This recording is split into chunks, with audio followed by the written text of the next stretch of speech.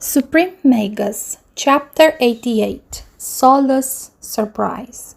After entering inside the house, away from prying eyes, Lid made use of his newfound knowledge as a healer. He used invigoration to spot and fix all bone, muscular and even intervertebral disc damages accumulated in his parents' bodies over time due to the hard work in the fields and the aging. He also used Tier 4 magic to not make them feel tired because of the treatment, borrowing them his energy. What the Raz moved around, feeling the subtle changes. I feel full of energy, and my knots have disappeared. It feels like I'm 20 again.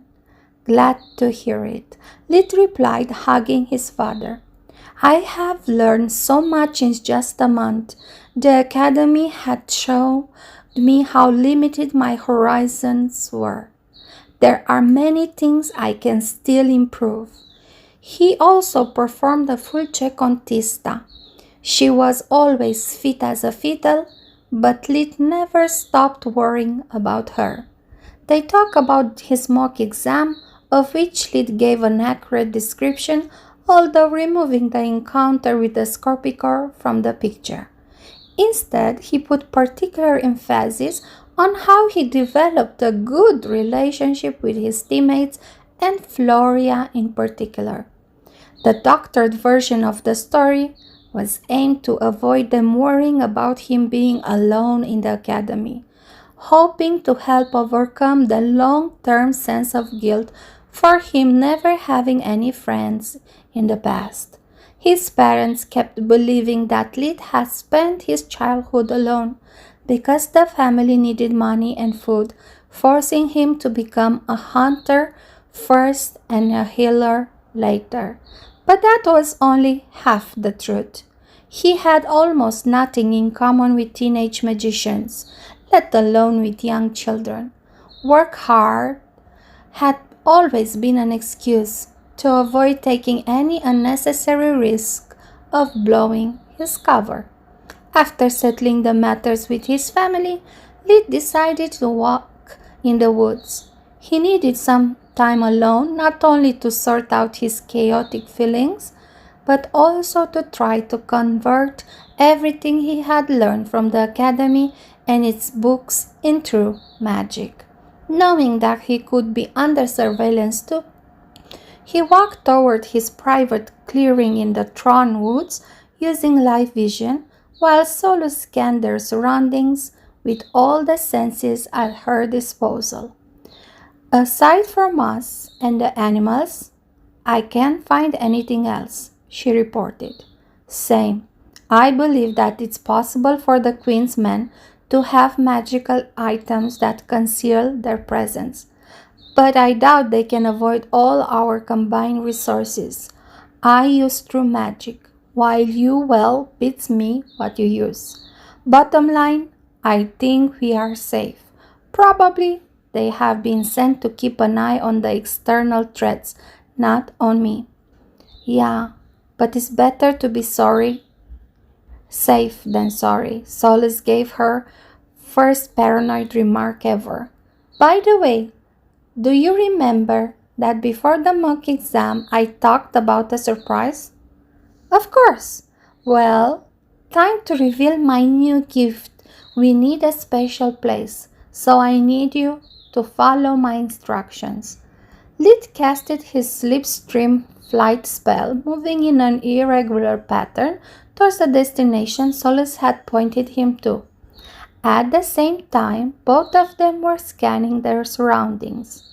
Following them at such high speed while remaining covered should have been impossible. They soon reached the inner part of the woods, where months before they had assisted the three kings against the Wither. It was still a wasteland, only grass and weeds had started growing anew. We are in the clear. I didn't notice anyone following us. Did you choose this zone because it provides no cover to our pursuers? No, because it's one of the few spots that can serve our purpose. Thanks to my sense of self, every time I regain a new function, I always know how to make it work. This one is special and needs a special spot. What's so great about this place? It's depressing and more dead than Julius Caesar. Solus chuckled. Did you ever wonder why the weather moved in this direction every time it managed to escape?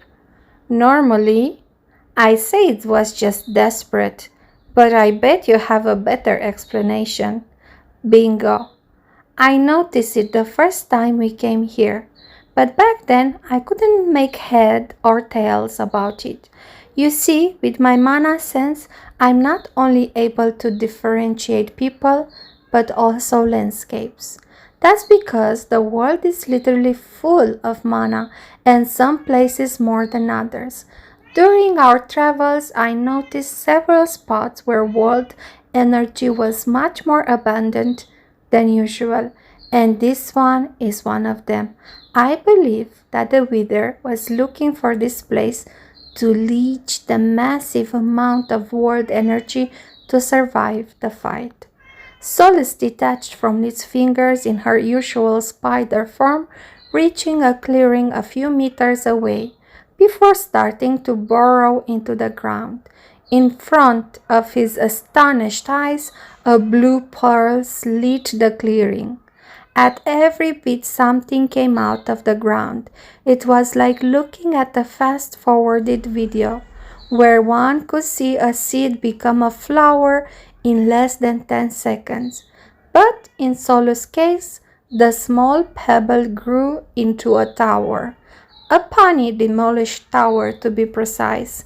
It barely reached 10 meters of diameter, with a single flimsy door, enough to get carried away by a strong gust of wind. The tower only had the ground floor and no roof. Debris covered its top, like it had collapsed on itself. This is indeed a surprise. Lid was impressed nonetheless. Does this thing come with any defense mechanism? If so, wherever we go, we will always have a place to stay, avoiding humans and beasts alike. First of all, this is not a thing. That's me. Solus was quite pissed off being treated as an object. And yes, I do have defense mechanisms, so get your rude ass inside so I can activate them. He did as instructed, discovering that the structure inside was bigger than it looked on the outside.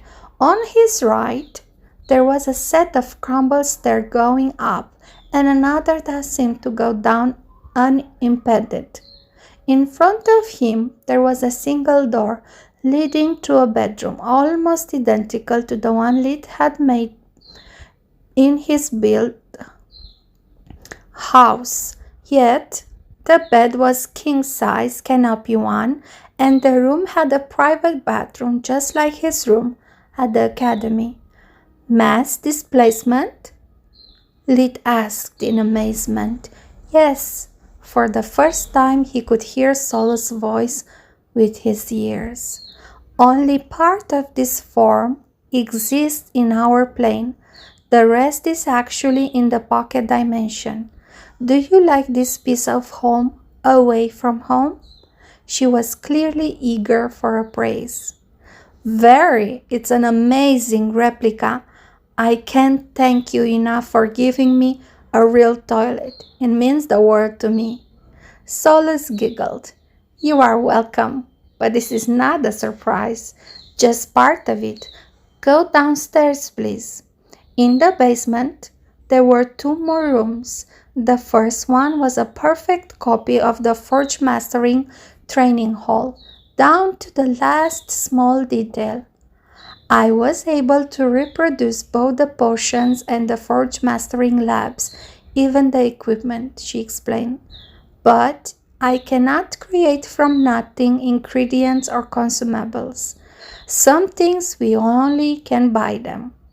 Lid opened the drawer supposed to contain rings and amulets to enchant, but just as Solus had announced, it was empty. Not a problem, he replied. There is not much that I can do with my limited knowledge. Luckily, when I told Professor Laika that I wanted to do some practice of my own, she gave me a few rings and a bottle of the liquid for drawing magic circles. We have enough for a few attempts and applying true magic to forge mastering. The only Forge Master spell Lid had seen was the one for realizing dimensional items. He drew the circles and the runes with the utmost care. There was no one to help him in case something went wrong. When he finished, he placed a pebble in its center. He wasn't expecting to succeed, only to study through mana flow to reproduce it with true magic. So instead of chanting, he used invigoration to call upon the world energy and sent it to fill the magic circle. It was easy, and it didn't affect his mana reserve, since he was employing external energies. Unlike Professor Laika, he didn't fill the circles to the brim. Being an experiment, the less energy the better. Not to mention, he wanted to avoid creating top-tier rings after a month. According to the books, it was sufficient to give the circle mana until the air started to crackle to obtain the lowest class dimensional objects. Lid knew the 13 runes and their spells like the back of his hand. He had performed them countless times during the lessons and on his own. Remembering the characteristic feeling of each one, he waved the rune's incantation in a rapid succession. In Lid's mind, Laika's performance, albeit exceptional, was like a kid playing a piano one key at a time. He was convinced that to maximize the effects, the different spells had to complement and integrate each other, like in a magical symphony. The runes rose in the air one after the other, forming a perfect ring around the pebble in the blink of an eye. Lid then started compressing the mana inside the runes. Soon all the energy was encompassing the little stone, trying to seep inside. Now it was the most critical moment. Lid had to force energy and matter to fuse together. Things were going smoothly, but in the back of his head there was a constant alarm that something was wrong. Suddenly, the energy mass imploded, pulverizing the pebble. Despite being unable to escape, the mana gone wild still managed to burn the circle, leaving a crack on the floor. "Ouch! That hurt!" Solus said. "Sorry, my bad," Lid said, embarrassed by his failure. "Any ideas what has gone wrong?" "Right off the bat, I can come up with at least 8 errors you did." She actually replied at his rhetorical question, leaving Lid in awe once again.